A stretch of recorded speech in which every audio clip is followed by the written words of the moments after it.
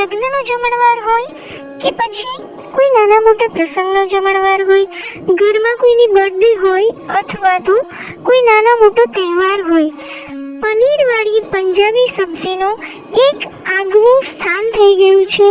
તો કોઈ પણ પ્રસંગનું મેનુ હોય, તહેવારનું મેનુ હોય અથવા તો કોઈ બર્થડે પાર્ટીનું મેનુ હોય, મને લાગે છે કે પનીરવાળી પંજાબી સબ્જી એ મેનુનો એક ભાગ હોય છે અને દરેકને આ શાક ભાવતું હોય છે.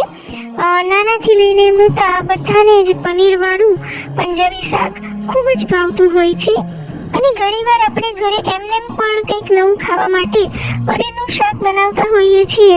તમે ઘણીવાર પનીરનું શાક બનાવ્યું હશે રેડ ગ્રેવીમાં, પણ આજે હું તમારી સાથે એકદમ ટેસ્ટી યલો ગ્રેવીમાં શાહી પનીરની સબ્જીની રેસીપી શેર કરીશ. જે શીખવાથી પહેલાં આ સબ્જી બનાવવા માટે કઢાઈમાં 3 ટેબલસ્પૂન તેલ લઈશું. તેલ ગરમ થાય એટલે જીરું ઉમેરીશું, તમાલપત્ર ઉમેરીશું, તજના ટુકડા, લવિંગ ઉમેરીશું, કાળા મરી આખા છે તે ઉમેરીશું, એક મોટી ઇલચી ઉમેરીશું, 2 નાની ઇલચી જેને આ રીતે ખોલી લેવાની છે. આ રીતે બધા ખડા મસાલા ઉમેરીશું. ત્યાર પછી 10 થી 12 લસણની કળી, 2 કપ બારીક સમારેલા કાંદા ઉમેરી દઈશું. હવે સારી રીતે સાતડી લઈશું. ખડા મસાલાનો આ સબ્જીમાં ટેસ્ટ ખૂબ જ સરસ આવે છે, પણ તે ખૂબ વધારે પ્રમાણમાં પણ નથી ઉમેરવાના. તો હવે સારી રીતે આ કાંદા ગુલાબી રંગના થાય ત્યાં સુધી સાતડીશું. ત્યાર પછી તેમાં 12 થી 15 કાજુ ઉમેરી દઈશું. તમે આખા કાજુની જગ્યાએ કાજુના ટુકડા પણ ઉમેરી શકો છો. ફરીથી 2 થી 3 મિનિટ માટે સાતડી લઈશું.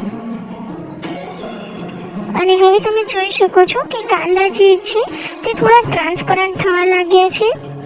હવે તેમાં 2 ચપટી હિંગ ઉમેરીશું, અડધી ચમચી હળદર પાવડર, 1 ચમચી કાશ્મીરી લાલ મરચું પાવડર અને લીલા આદુ મરચાંની પેસ્ટ તમે તમારા ટેસ્ટ મુજબ વધારે ઓછી ઉમેરી શકો છો.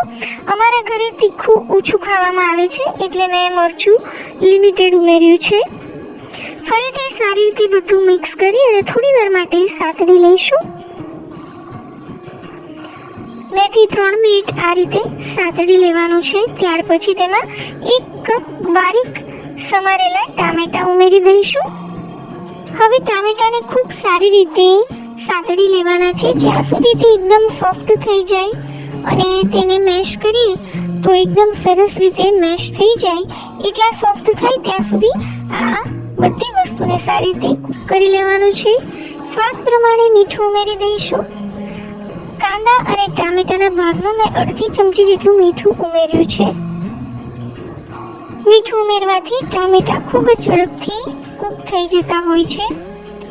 અને ફરીથી 3-4 મિનિટ સુધી મીડિયમ ફ્લેમ પર આ રીતે સતત હલાવતા કૂક કરી લેવાનું છે જેથી ટામેટા એકદમ સરસ રીતે સોફ્ટ થઈ જશે. તો હવે તમે જોઈ શકો છો બધું એકદમ સરસ રીતે કૂક થઈ ગયું છે અને ટામેટા પણ એકદમ સરસ સોફ્ટ થઈ ગયા છે. અને હવે તેમાં 1.5 ટેબલસ્પૂન જેટલું ધાણા જીરું ઉમેરી દઈશું.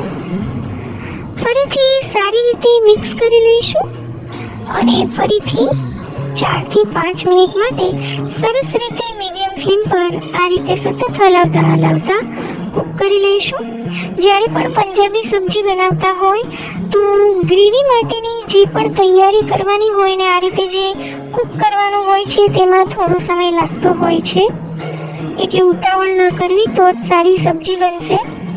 અને હવે તેમાં 3 કપ પાણી ઉમેરીશું અને હવે આ બધી વસ્તુને પાણીમાં સરસ રીતે કૂક કરી લેવાની છે જેથી બધું એકદમ સોફ્ટ થઈ જાય અને જ્યારે તેમાંથી આપણે ગ્રેવી બનાવીએ મિક્સરમાં ગ્રાઇન્ડ કરીએ ત્યારે આ બધી વસ્તુ એકદમ સ્મૂથ થઈ જાય.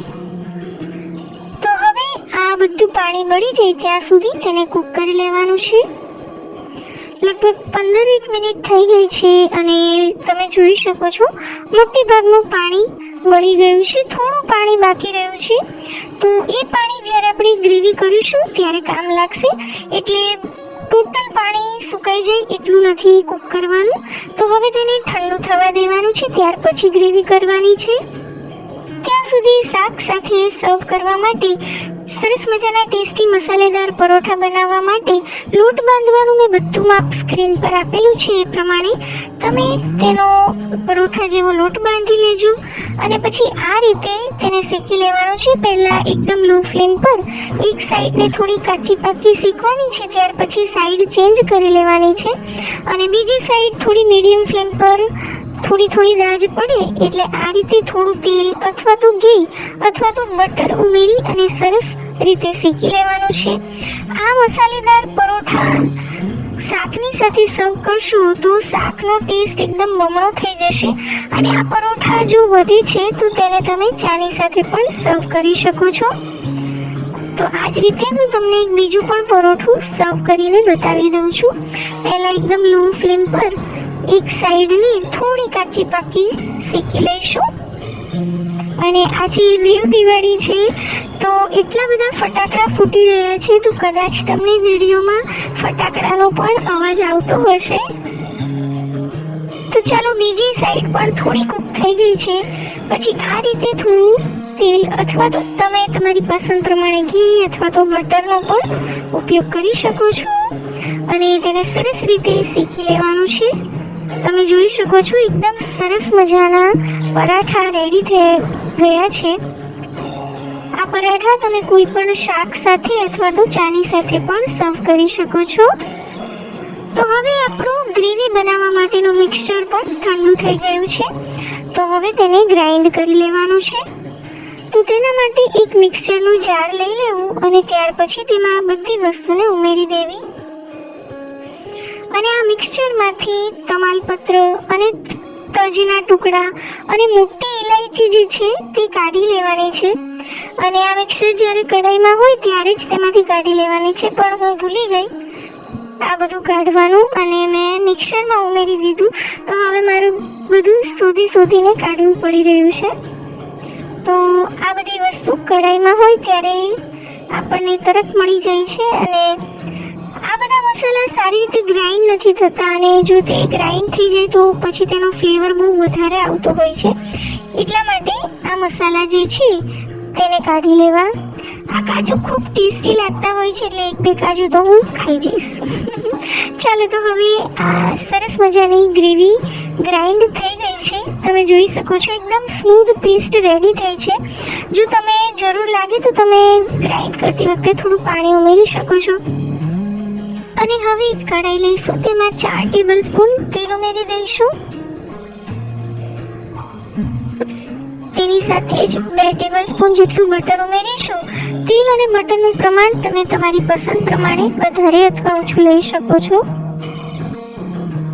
અને જ્યારે તેલ અને બટર થોડું ગરમ થઈ જાય એટલે તેમાં 2 ચપટી હિંગ, 5 ચમચી હળદર પાવડર અને અડધી ચમચી કાશ્મીરી લાલ મરચું પાવડર ઉમેરી તરત જ ગ્રેવીને ઉમેરી દઈશું.